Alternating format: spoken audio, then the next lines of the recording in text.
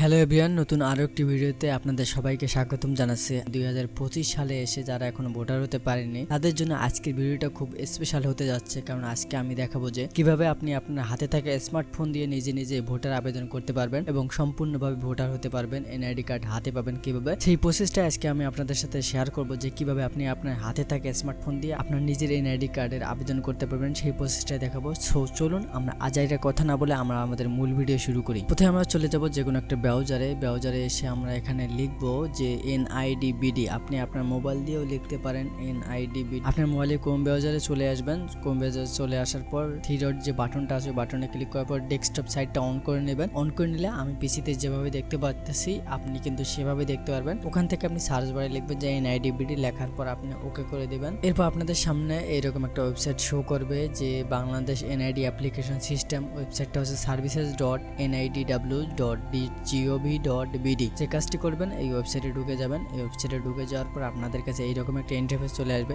এখানে ইংরেজি ডিফল্ট ভাবে সিলেক্ট করা আছে ল্যাঙ্গুয়েজ। সো এখান থেকে আপনারা বাংলা ল্যাঙ্গুয়েজ সিলেক্ট করে নেবেন, বাংলা হলে সুবিধা হয়, এই জন্য কি বাংলা আগে সিলেক্ট করে নেবেন। সো এখান থেকে যে কাজটি করবেন, নতুন নিবন্ধনের জন্য আবেদন যে অপশনটা আছে এখানে আপনার আবেদন করুনে ক্লিক করবেন। আপনারা কিন্তু রেজিস্ট্রেশন করুনে ক্লিক করবেন না। যাদের এনআইডি কার্ড আছে এবং এনআইডি কার্ড আপনারা ডাউনলোড করতে চান সেক্ষেত্রে তারা এখানে রেজিস্ট্রেশন করবেন। অ্যাকাউন্ট নেই অপশনটা থেকে জাতীয় পরিচয়পত্র এবং পাসওয়ার্ড দিয়ে অ্যাকাউন্ট করতে পারেন। যেহেতু আমাদের বিষয়টা হচ্ছে কিভাবে আপনি নতুন আবেদন করবেন, যে আপনার নতুন নিবন্ধনের জন্য আবেদন করবেন। সো এখানে আবেদন কোন যে বাটনটা আছে এখানে ক্লিক করে দিবেন। ক্লিক করে দেওয়ার পর আপনার সার্টিফিকেট অথবা আপনার জন্ম নিবন্ধন অনুযায়ী এখানে আপনার পুরো নামটি দিয়ে দিবেন, ইংরেজিতে দিয়ে দিবেন অবশ্যই এবং সবগুলো বড় হাতের দিয়ে দিবেন। নামটি দেওয়ার পর এখানে দেখেন নিচে জন্ম তারিখ, আপনার যে জন্ম তারিখ আছে, আপনার জন্ম নিবন্ধনের অনলাইন কপি যেটা আছে ওই অনলাইন কপির যে জন্ম তারিখটা আছে জন্ম তারিখটা এখানে দিয়ে দিবেন। এখানে জন্ম তারিখ দেওয়া হয়ে গেলে নিচে দেখবেন যে এইখানে কিছু একটা লেখা আছে, এই ছবিতে প্রদর্শিত কোডটি প্রবেশখানা এখানে চাপ দেবেন। চাপ দেওয়ার পর এই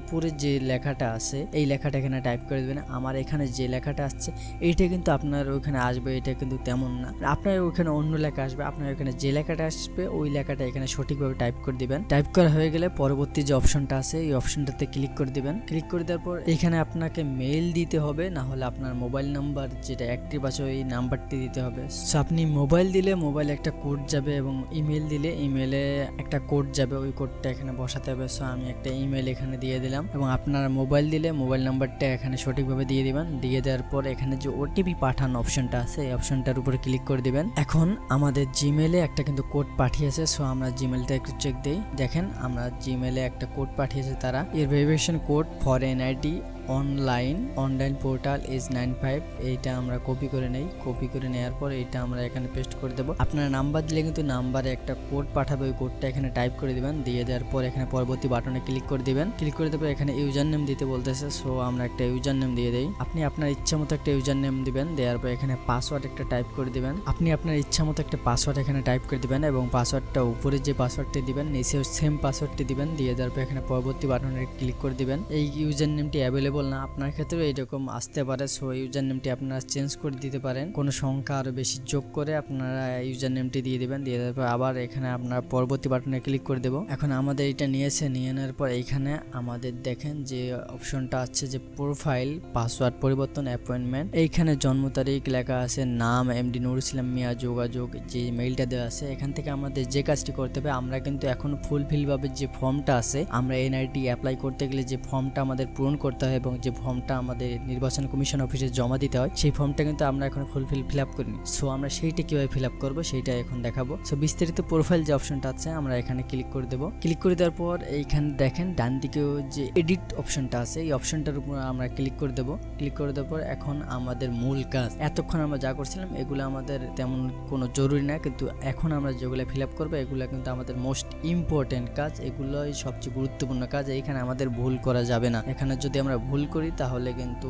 আমাদের এনআইডি কার্ড কিন্তু ভুলভাবে কিন্তু চলে আসবে। সো প্রথমে যে অপশনটা দেখতে পাচ্ছেন নাম বাংলা, এখানে কিন্তু বাংলায় লিখতে হবে নাম এবং সবসময় খেয়াল করবেন এখানে এই ফর্মগুলো ফিল আপ করার সময় যেগুলোতে রেড স্টার দেওয়া আছে সেগুলো কিন্তু 100% আপনাকে ফিল আপ করতেই হবে, এটা কিন্তু কোনো আপ নাই। কিন্তু যেগুলোতে রেড নাই, যেমন এইখানে দেখেন রেড নাই, এনআইডিতে রেড নাই, এগুলো কিন্তু আপনার না দিলেও হবে, না দিলে কোনো সমস্যা নেই, আপনার আইডি কার্ড করতে পারবেন এগুলো না দিয়ে। সো আমরা প্রথমে নাম দেব, নাম বাংলায় দেই। সো আমরা ভাষাটা চেঞ্জ করে নেব। এইখানে আপনার নামটি বাংলায় লিখে দেবেন এবং খুব ভালোভাবে খেয়াল করবেন যেন নামে কোনো ভুল না হয়, কারণ আপনি যদি নামে ভুল করেন সেই ভুল নামটাই কিন্তু আপনার এনআইডি কার্ডে চলে আসবে, তখন আপনার সংশোধন করতে গেলে অনেক ঝামেলা হবে। এগুলো খুব কেয়ারফুলি আপনি চেক দিয়ে করবেন, কোনো প্রকার যেন ভুল না হয়। নাম দেওয়ার পর এইদিকে নাম ইংরেজি নাম আমরা আগে টাইপ করে দিয়েছি, সেই জন্য আমাদের নামটি ডিফল্টভাবে এখানে রয়ে গেছে। সেখানে লিঙ্গর উপরে ক্লিক করলে পুরুষ এখানে সিলেক্ট করে দেবো। আপনি যদি মেয়ে হয়ে থাকেন তাহলে মেয়ে সিলেক্ট করে দেবেন এবং রক্তের গ্রুপ, আপনার রক্তের গ্রুপ যেটা ওইটা আপনি এখানে সিলেক্ট করে দেবেন।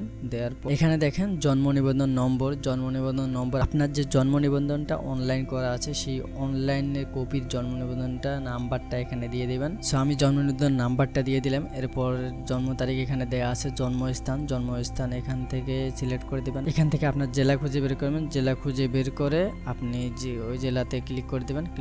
এরপর পিতার নাম বাংলা এবং পিতার নাম ইংরেজি। এখানে আপনার পিতার নাম, আপনার পিতার এনআইডি কার্ডে আপনার পিতার যে নামটা আছে ওই নামটা এখানে দিয়ে দিবেন। আবার বারবার বললাম, আমি এই জিনিসগুলো ফিল আপ করার সময় খুব ঠান্ডা মাথায় ফিল আপ করবেন এবং খুব কেয়ারফুলি ফিল আপ করবেন। যদি ভুল হয় তাহলে কিন্তু পরবর্তীতে আপনার সমস্যা হবে। আপনার পিতার নাম বাংলায় লেখা হয়ে গেলে এরপর পিতার নাম ইংরেজির এই ফাঁকা জায়গায় ক্লিক করবেন। ক্লিক করার পর এরপর আপনার পিতার ইংরেজি নামটা লিখবেন এবং আপনি বড় হাতের অক্ষর দিয়ে এখানে লিখবেন। পিতার নামটি এখানে লেখা হয়ে গেলে এরপর পিতার যে এনআইডি আমি বললাম এর আগে যেগুলো রেড স্টার দেওয়া আছে সেগুলো আপনার 100% ফিল আপ করতে হবে এবং যেগুলো আপনার রেড স্টার দেওয়া নাই, যেমন এগুলোতে পিতার এনআইডি রেড স্টার দেওয়া নাই, পিতার ভোটার নম্বর এখানে রেড স্টার দেওয়া নাই, সো এগুলো ফিল আপ না করলে হবে। সো আমরা এবার মাতার তথ্যের এখানে যাই। মাতার নাম এখানে আপনার মায়ের নামটি আপনি বাংলায় লিখে দিবেন। আপনার মাতার নামটি বাংলায় লেখা হয়ে গেলে এরপর ইংরেজিতে এখানে চলে যাবেন। মাতার নাম ইংরেজি এখানে ক্লিক করে দেবেন। ক্লিক করে দেওয়ার পর আপনার মায়ের নামটি এখানে ইংরেজিতে আপনি টাইপ করে দিবেন। আপনার মায়ের নামটি কিন্তু আপনার মায়ের যে এনআইডি কার্ড আছে ওই এনআইডি কার্ড অনুযায়ী এখানে সেম ভাবে কিন্তু আপনি দিয়ে দেবেন এবং আপনার জন্ম নিবন্ধনে যেভাবে দেওয়া আছে। তারপর আমরা নিচে চলে আসবে মাতার এনআইডি, এগুলোতে রেড স্টার দেওয়া নাই, সো আমরা এগুলা না দিলেও চলবে। আমরা না দিয়ে আমরা একেবারে নিচে চলে আসি। বৈবাহিক অবস্থা এখান থেকে আপনি বিবাহিত হলে বিবাহিত দিয়ে দিবেন এবং অবিবাহিত হলে অবিবাহিত দিয়ে দেবেন। আপনার যেইটা হয় এখানে ওই অপশনটা আপনি ক্লিক করে দিবেন। এরপর আমরা যে কাজটা করব এখানে পরবর্তীতে চলে যাব। পরবর্তীতে চলে আসার পর এখানে দেখেন শিক্ষাগত যোগ্যতা, আপনি যে শ্রেণী পাস হন ওই শ্রেণী আপনি ক্লিক করে দেবেন। যারা এসএসসি পাস তারা মাধ্যমিক বা সমতুল্য এখানে ক্লিক করে দেবেন এবং আপনি যদি প্রথম শ্রেণী, দ্বিতীয় শ্রেণী, পঞ্চম শ্রেণী আপনি যে ক্লাস পর্যন্ত পড়াশোনা করছেন সেই ক্লাসটা আপনি টাইপ করে দেবেন। সো মাধ্যমিক বা সমতুল্য আমি ক্লিক করে দেবেন। এবার পেশা, আপনার পেশা কি সরকারি চাকরি না বেসরকারি চাকরি না ডাক্তার না ইঞ্জিনিয়ার না শিক্ষক না আইনজীবী ব্যাংকার, এখানে অনেক পেশা আছে। আপনার যে পেশাটা হয় আপনি ওই পেশাটা ক্লিক করে দেবেন।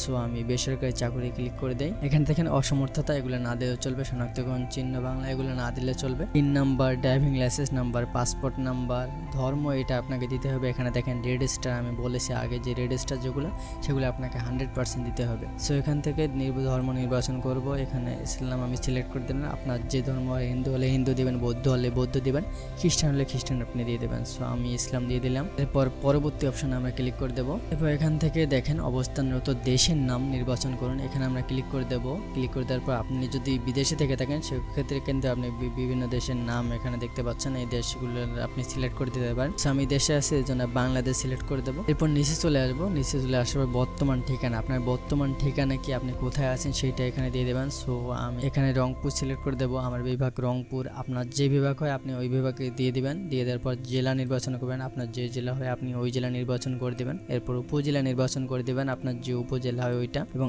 আরএমও এখানে আপনি পল্লী নাকি পৌরসভা, পল্লী মানে হচ্ছে গ্রাম, পৌরসভা বলে পৌরসভা এরিয়া একটা আছে, কিছু এরিয়া আছে ওইটাকে পৌরসভা বলে, শহরে হলে শহর দিবেন, অন্য এলাকায় ক্যান্টনমেন্ট, আপনার যেইটা হয় আপনি ওইটা দিয়ে দেবেন। সো আমি গ্রামে বসবাস করার জন্য পল্লী আমি ক্লিক করে দিলাম। এরপর সিটি কর্পোরেশনে অথবা পৌরসভা এগুলো রেজিস্টার নেই, এগুলো আমাদের না হলে চলবে। এখানে ইউনিয়ন যে অপশনটা দেখতে পাচ্ছেন ইউনিয়ন আমরা সিলেক্ট করে দেবো। এরপর মৌজা মহল্লা এখান থেকে আমরা টুকুমারিতে ক্লিক করে দেবো। আপনার যে মৌজা বা যে মহল্লা সেটা দিলে ওইখানে হয়ে যাবে। সো এখানে ইউনিয়নের ওয়ার্ড নম্বর এটা না দিলেও হবে এবং দিলেও কোনো সমস্যা নেই, দিলে আরো ভালো হয়। গ্রাম এবং রাস্তা এখান থেকে আমরা ক্লিক করে দেবো শালমারা। বাসা হোল্ডিং নাম্বার, আপনার বাড়িতে আপনার কোনো অভিভাবককে জিজ্ঞেস করবেন যে আপনার বাড়ির যে হোল্ডিং নাম্বার আছে ওই হোল্ডিং নাম্বারটা আপনি তাদের কাছে শুনবেন। শোনার পর সেই হোল্ডিং নাম্বারটা এখানে বসিয়ে দেবেন বাংলায়। আপনার আপনার বাড়ির হোল্ডিং নাম্বারটা এখানে দিয়ে দেওয়ার পর আপনারা এবার নিচে চলে আসবেন। আমরা কিন্তু বর্তমান ঠিকানা এখানে ফিল আপ করলাম, এবার আমাদের স্থায়ী ঠিকানা ফিল আপ করতে হবে। সো স্থায়ী ঠিকানা আমরা এখানে সিলেক্ট করে দেবো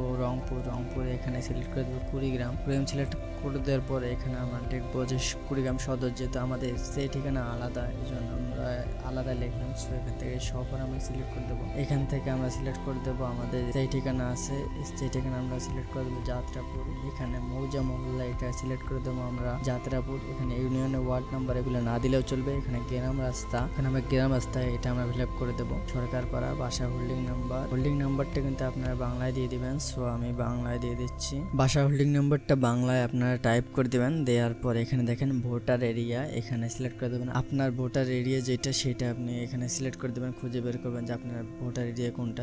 যাত্রাপুর উত্তরে এটা আমার ভোটার এরিয়া, এটা ক্লিক করে দেওয়ার পর এইখানে যে ঠিকানাগুলো দেখেন বর্তমান ঠিকানা এবং স্থায়ী ঠিকানা দুইটাই কিন্তু আমাদের ফিল আপ করা হয়ে গেছে। খুব ভালো করে এখানে দেখে নেবেন, এখানে যেন কোনো ভুল না হয়, এগুলো খুব কেয়ারফুলি আপনি দেখবেন। সো এখান থেকে এখন আমরা পরবর্তী বাটনে ক্লিক করে দেবো। এখন আমাদের যে মূল কাজটা ভোটার আবেদন করার ক্ষেত্রে যে মূল কাজটা, সেই মূল কাজগুলো কিন্তু আমাদের করা হয়ে গেছে। এখন দেখেন লেখা আছে যে এখানে কাগজপত্রের প্রয়োজন নেই, আবেদনটি করার জন্য কোনো কাগজপত্রের প্রয়োজন নেই। সো আমরা এখান থেকে পরবর্তী বাটনে ক্লিক করে দেবো। এইখানে দেখেন আবার সাবমিট বাটন একটা চলে আসছে, এখানে আমরা সাবমিটে ক্লিক করে দেবো। এইখানে দেখেন আপনার একটি অ্যাপ্লিকেশন পেন্ডিং রয়েছে, আবার আপনারা দেখে নিতে পারবেন যে আপনি কোন কোন তথ্য এখানে দিয়েছেন, যেগুলো তথ্য অনুযায়ী আপনার এনআইডি কার্ড একটা তৈরি হবে। সো এখানে ওই তথ্যগুলো আপনি দেখতে পারবেন। সো এখান থেকে আপনি যে কাজটি করবেন, এখানে ডাউনলোড যে বাটনটা আছে ডাউনলোডে ক্লিক করে দিবেন, আপনার একটা পিডিএফ ফাইল ডাউনলোড হয়ে যাবে। এই পিডিএফ ফাইলটা যদি আমরা এখন ওপেন করি, দেখুন এইরকম একটা কাগজ কিন্তু আপনাদের পিডিএফ ডাউনলোড হয়ে যাবে। এই পিডিএফটা আপনার যে কাজটি করবেন আমি বলতেছি, প্রথমে আগে চেক করে নেবেন যে আপনার এই পিডিএফে আপনি যেগুলো তথ্য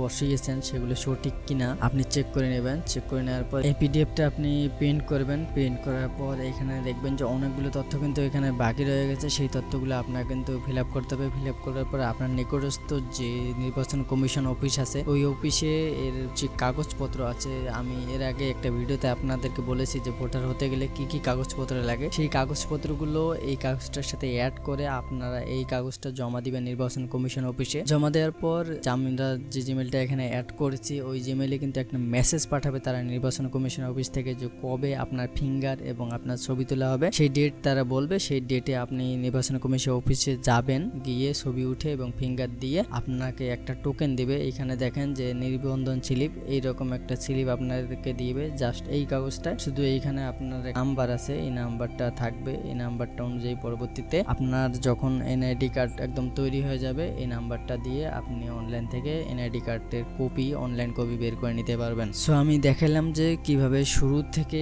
একদম স্টার্ট থেকে কিভাবে এন্ডিং পর্যন্ত কিভাবে আপনি ভোটার হতে পারবেন, এবং আপনার হাতে থাকা স্মার্টফোন দিয়ে কিন্তু খুব সহজে আপনি ভোটার হতে পারবেন। যারা 2025-এ এসে এখনো ভোটার হতে পারেনি, আশা করি তাদের জন্য এই ভিডিওটা খুব কাজে লাগবে এবং এই ভিডিওটা দেখে আপনারা নিজেরা নিজেদের ভোটার আবেদন করে ভোটার হতে পারবেন। সো যদি ভিডিওটি ভালো লেগে থাকে তাহলে অবশ্যই ভিডিওতে লাইক করতে পারবেন, আর এই ভিডিওটা যদি কাজের মনে হয় তাহলে অবশ্যই ভিডিওটি শেয়ার করতে ভুলবেন না, আর চ্যানেলে নতুন দর্শক হয়ে থাকলে অবশ্যই চ্যানেলটা সাবস্ক্রাইব করে দিবেন। সো দেখা হবে নতুন কোনো ভিডিওতে নতুন কোনো টপিকে, ততক্ষণ পর্যন্ত ভালো থাকবেন, সুস্থ থাকবেন, দেখা হবে আবারও। আল্লাহ হাফেজ।